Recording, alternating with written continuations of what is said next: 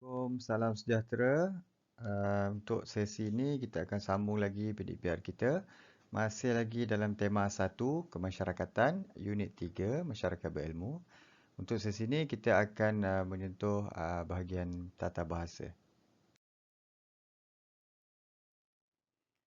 Okey, tata bahasa ya. Baik, dalam sesi ini objektif dia murid dapat memahami dan menggunakan kata ganti nama mengikut konteks tidak formal. Kriteria kejayaannya, murid dapat melengkapkan dialog dengan kata ganti nama yang sesuai. Okey, baik, tengok. Dalam buku teks ni, muka surat 17, dia ada beberapa dialog. Dalam dialog tu awak akan isikan dengan kata ganti nama yang sesuai. Okey, kat sini ada dua kata ganti nama, iaitu kata ganti nama diri dan kata ganti nama tempat. Okey, kita akan tengok satu persatu.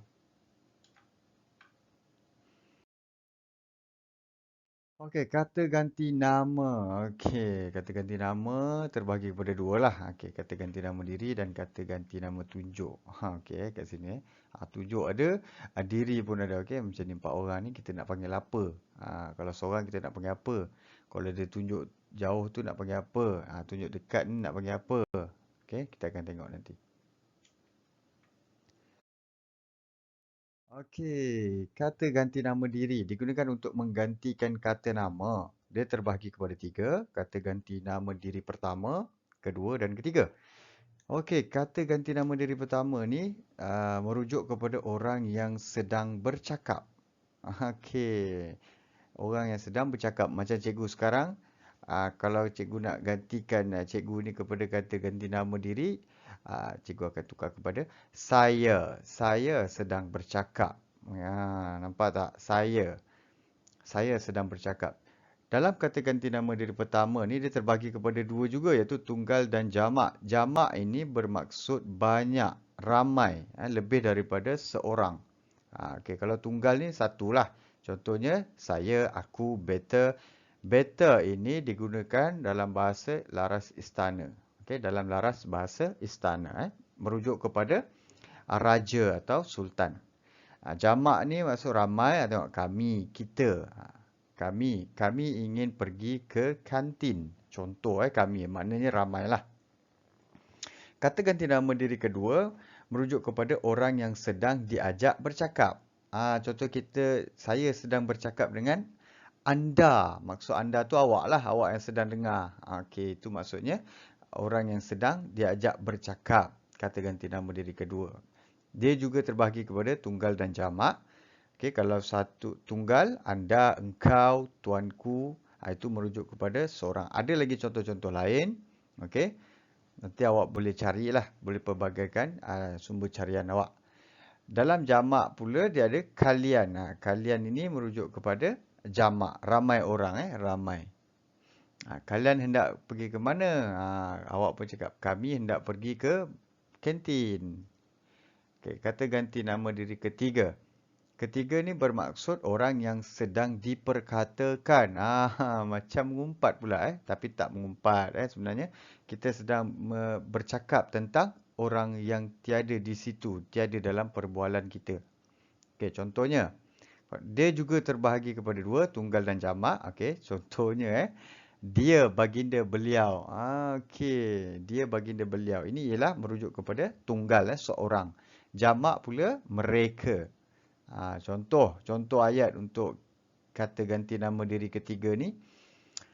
Baginda sangat prihatin terhadap kesihatan rakyatnya. Okey. Baginda sangat prihatin terhadap kesihatan rakyatnya. Bukan mengumpat kita tak mengumpat. Tapi kita sedang bercakap tentang sultan atau raja yang sangat prihatin terhadap kesihatan rakyatnya. Jamak pula, mereka amat menyayangi raja itu. Mereka kita bukannya sedang bercakap tentang, kita tak bercakap dengan orang-orang ni. Kita sedang bercakap tentang mereka. Jadi mereka tak ada kat sini, kita just bercakap tentang mereka. Okey. Kata ganti nama tunjuk kata ganti nama tunjuk terbahagi kepada dua, iaitu tempat dan umum. Tempat, umum. Okey.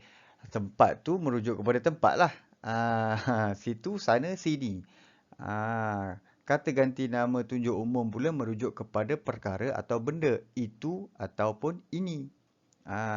Apa benda itu ini ni? Okey, itu ini, sana sini ni merujuk kepada jauhnya tempat ataupun perkara tersebut dengan kita yang sedang bercakap tentangnya.